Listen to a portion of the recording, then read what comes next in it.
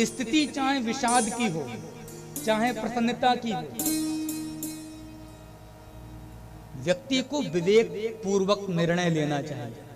कभी कभी सुख की स्थिति में हम लोग उचित निर्णय नहीं ले पाते, कभी कभी दुख की स्थिति में भी हम उचित निर्णय नहीं ले पाते। स्थिति चाहे अनुकूलता की हो, चाहे प्रतिकूलता की हो, हमें अपनी बुद्धि और विवेक का अनादर नहीं करना चाहिए। बुद्धि और विवेक से ही निर्णय लेना चाहिए।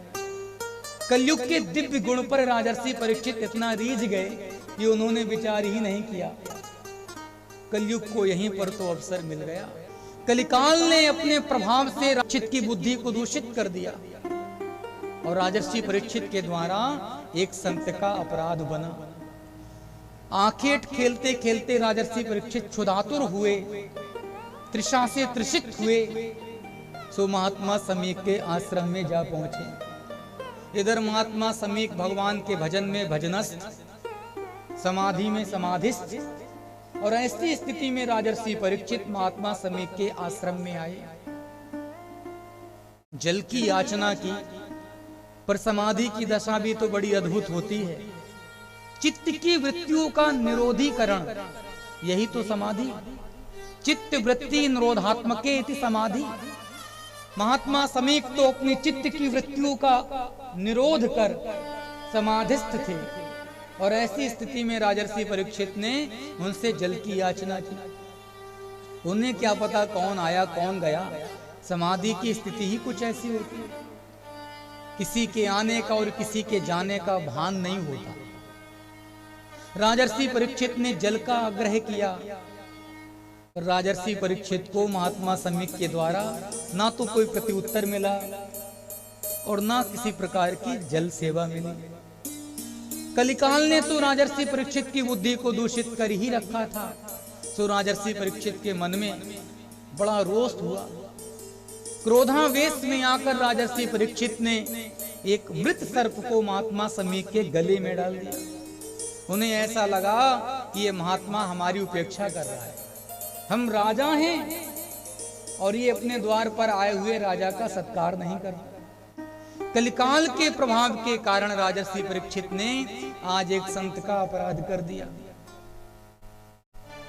यह अपराध राजर्षि परीक्षित से बना। राजर्षि परीक्षित जब अपने भवन आए और उन्होंने अपने स्वर्ण मुकुट को उतारा, तो राजर्षि परीक्षित को अपनी त्रुटि का बोध हुआ। राजर्षि परीक्षित को बड़ा पश्चाताप हुआ, बड़ी ग्लानि हुई। पांडवों की इस पवित्र कुल परंपरा में जन्म लेने वाले मुझ जैसे पातकी प्राणी ने ये क्या कर दिया। पांडवों ने संतों का सम्मान किया, संतों का आदर किया, और उन्हीं की कीर्ति में उत्पन्न होने वाले मुझ जैसे पातकी प्राणी ने आज एक संत का अपराध कर दिया। मेरे जीवन के कौन से पाप प्रभावी हुए जो मेरे द्वारा इतना बड़ा अपराध बन गया। आज राजर्षि परीक्षित को अपने अपराधों का बोध हुआ है। देखिए, अपराध करने वाला अपराधी नहीं, अपराधी तो वो है जो अपराध करके भी अपने अपराध को स्वीकारता ना हो, और जिससे अपनी त्रुटि का बोध हो जाए, जो अपने अपराध को सहज स्वीकार कर ले, वो अपराधी नहीं। राजर्षि परीक्षित से अपराध तो हुआ, पर राजर्षि परीक्षित ने अपने अपराध को सहज स्वीकार कर लिया। यही है राजर्षि परीक्षित की सज्जनता, यही है राजर्षि परीक्षित की सरलता। देखिए, किसी संत का अपराध करें ऐसे संस्कार राजर्षि परीक्षित के तो थे ही नहीं। ये तो कलयुग के प्रभाव का परिणाम पत्र है, कलिकाल के प्रचंड प्रभाव का प्रतिफल है, जो आज राजर्षि परीक्षित के द्वारा इतना बड़ा अपराध बन गया। कोई चाहे कितना भी ज्ञानी ध्यानी हो, कोई चाहे कितना भी बुद्धिमान विवेकी हो, पर जीवन में कहीं ना कहीं कोई ना कोई चूक हो ही जाती है, कोई ना कोई अपराध हो ही जाता है, कोई ना कोई गलती हो ही जाती है। जीव कहते ही उसे गुण दोष समन्वित्वम इति जीवत्वम। गुण और दोष का अद्भुत समन्वय ही जीव कहलाता है।